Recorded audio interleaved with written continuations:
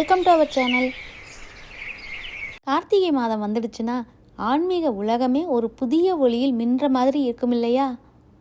கார்த்திகை மாதத்தில் நம்ம அனைவருக்கும் நினைவுக்கு வர்றது திருவண்ணாமலை திருக்கார்த்திகை தீப திருவிழாதான். இந்த புனித நாளில் 2668 அடி உயர அண்ணாமலையார் மலை உச்சியில் ஏற்றப்படும் அந்த மகா தீபம். இந்த ஒளியை ஒரு முறை பார்த்தாலே முக்தி கிடைக்கும், பாவங்கள் நீங்கும், சிவபெருமானின் அருள் நமக்கு முழுவதும் கிடைக்கும் என்பார்கள்.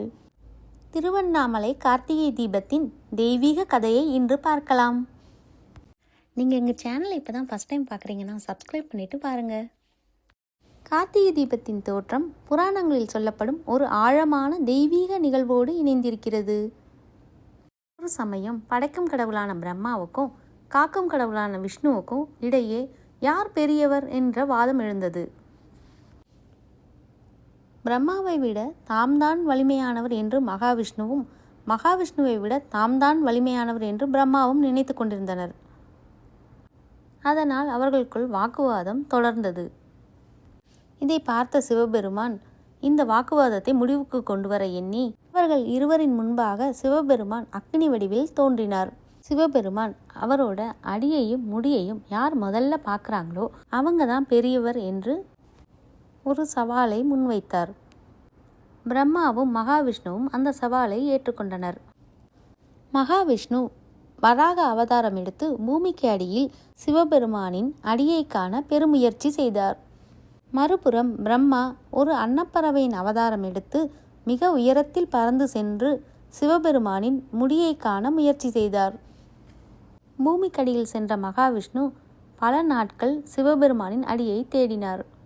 பல நாட்கள் தேடியும் சிவபெருமானின் அடியை மகாவிஷ்ணுவால் பார்க்க முடியவில்லை. மகாவிஷ்ணு சிவபெருமானிடம் வந்து தன்னால் அடியை பார்க்க முடியவில்லை என்று சிவபெருமானிடம் சொல்லிவிடுகிறார். பல நாட்கள் தேடியும் சிவபெருமானின் முடியை பிரம்மாவால் பார்க்க முடியவில்லை. அப்ப சிவன் தலையிலிருந்து தாழம்பூ கீழ்நோக்கி வந்து கொண்டிருந்தது. தாழம்பூவை பார்த்த பிரம்மன் சிவனோட முடியை பார்த்ததா சாட்சி சொல்றாரு. இதை பொய்யென்று அறிந்த சிவபெருமான் தாழம்பூவுக்கும் பிரம்மாவுக்கும் சாபம் வழங்கினார். பிரம்மதேவருக்கு பூமியில கோயில் அமைக்கக்கூடாது என்று சாபம் வழங்கினார். தாழம்பூவை கொண்டு சிவபெருமானை வழிபடக்கூடாது என்று தாழம்பூவுக்கு சாபம் வழங்கினார்.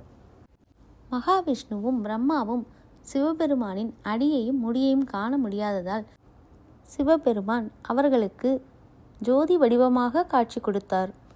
ஜோதியாக விளங்கும் சிவபெருமானை மக்கள் அனைவரும் தரிசிக்க வேண்டுமென்று மகாவிஷ்ணுவும் பிரம்மாவும் சிவபெருமானிடம் முறையிட்டார்கள். அவர்கள் வேண்டுகோளுக்கு இணங்க திருக்கார்த்திகை அன்று சிவபெருமான் ஜோதியாக காட்சி தருவதாக இந்த புராண கதையில் சொல்லப்படுகிறது. அதன்பின் சிவபெருமான் ஒரு மலை வடிவில் தோன்றினார். அந்த மலைதான் இன்று நாம் காணும் திருவண்ணாமலை. அந்த மலையை அருணாச்சலம் என்றும் அழைக்கிறார்கள். பிற்காலத்தில் வந்த அரசர்களும் பெரியவர்களும் திருவண்ணாமலையில் உள்ள அந்த மலையில் சிவபெருமானுக்கு ஒரு கோயிலை கட்டினர் என்று சொல்லப்படுகிறது. அதன்பின் ஒவ்வொரு ஆண்டும் கார்த்திகை மாதம் இந்த மலை மீதுள்ள கோயிலில் மிகப்பெரிய தீபம் ஏற்றப்பட்டு கார்த்திகை தீப திருவிழா மிக சிறப்பாக கொண்டாடப்படுகிறது. சிவபெருமான் ஜோதியாக காட்சியளித்த திருநாளே கார்த்திகை தீப திருநாளாக கொண்டாடப்படுகிறது. இப்போ நம்ம திருவண்ணாமலை திருக்கார்த்திகை தீப திருவிழாவை பற்றி பார்க்கலாம்.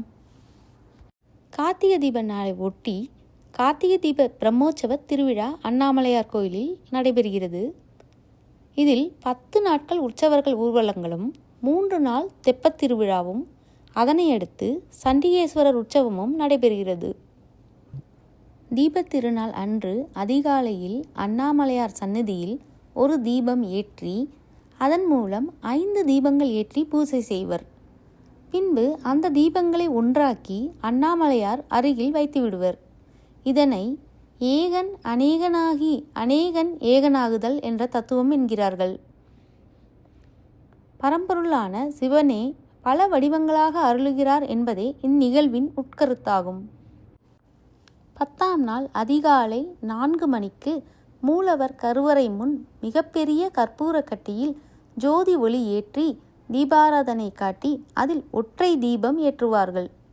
இந்த ஒற்றை நெய் தீபத்தால் நந்தி முன் 5 பெரிய அகல் விளக்கு ஏற்றுவார்கள். அதன்பின் உண்ணாமுலை அம்மன் சந்நிதியிலும் 5 பெரிய அகல் விளக்கில் தீபம் ஏற்றுவார்கள். இந்த பரணி தீபம் காலையில் நடக்கும். பரணி தீபம் ஏற்றப்பட்ட பிறகு அதை கொண்டு பஞ்சமுக தீபம் ஏற்றப்படுகிறது. பரணி தீபத்தினை இறுதியாக பைரவர் சன்னதியில் வைக்கின்றனர். மகா தீபம் கார்த்திகை தீப திருவிழா நாளின் மாலையில் அண்ணாமலை மலை மீது ஏற்றப்படுகிறது. இம்மலை 2668 அடி உயரமானதாகும். மாலை நேரத்தில் பஞ்சமூர்த்திகள் தீப மண்டபத்தில் எழுந்தருள்கின்றனர். அவர்களைத் தொடர்ந்து வருடத்திற்கு ஒரு முறை மட்டுமே காட்சி தருகின்ற அர்த்தநாரீஸ்வரர் உற்சவ கோலம் தீப மண்டபத்திற்கு எடுத்து வரப்படுகிறது. அவர் முன் அகண்ட தீபம் ஏற்றப்படுகிறது. இத்தீபம் ஏற்றப்படுகின்ற அதே நேரத்தில் மலையில் மகாதீபம் ஏற்றப்படுகிறது. 5 அடி உயரமும் 250 கிலோ எடையும் கொண்ட கொப்பரையில் 3500 லிட்டர் நெய் ஊற்றப்பட்டு 1000 மீட்டர் காடா துணியால் ஆன திரியின் மூலம் இந்த மகாதீபம் ஏற்றப்படும்.